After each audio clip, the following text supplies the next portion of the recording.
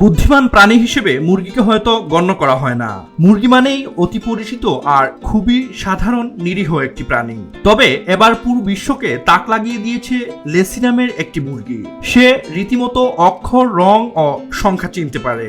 শুধু লেসি না, তার সাথে বসবাস করা অন্যান্য মুরগিও পড়তে পারে। রীতিমতো শিক্ষিত মুরগির একটি খামারে তাদের বসবাস। ডিমের জন্য বছর দেড়েক আগে লেসি সহ 5টি হাইলিন প্রজাতির মুরগি কিনে এনেছিলেন কানাডার নাগরিক এমিলি ক্যারিংটন। পেশায় কার্টুনিস্ট ও লেখক এমিলি ডিমের জন্য মুরগিগুলো কিনে আনলেও পরে তাদেরকে পড়াশোনায় কাজে লাগান। এমিলির শিক্ষিত মুরগির খামারে ফার্স্ট গার্ল হলো লেসি। সে সবার চেয়ে এগিয়ে।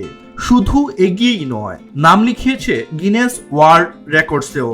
সে মিনিটে 6টি অক্ষর, রং ও সংখ্যা চিনতে পারে।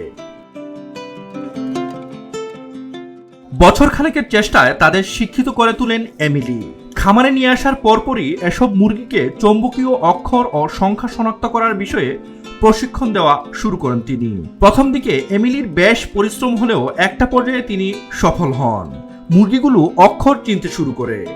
নানাইনো নিউজ বুলেটিনকে দেওয়া এক সাক্ষাৎকারে এমিলি বলেন, এগুলোর কাজ ছিল কেবল নির্দিষ্ট কিছু সংখ্যা ও অক্ষর ঠোকরানো। যেসব সংখ্যা ও শব্দ আমি তাদের ঠোকরাতে শিক্ষা দিচ্ছিলাম, কেবল তাই তারা ঠোকরাতো। অন্যগুলো এড়িয়ে যাওয়ারও শিক্ষা দিয়েছি।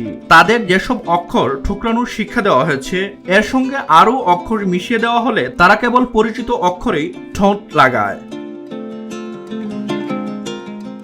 এমিলি তার চেষ্টায় সফল হয়েছেন, আর তিনি তার এই পুরো কার্যক্রমের ভিডিও ধারণ করতেও ভুলেননি।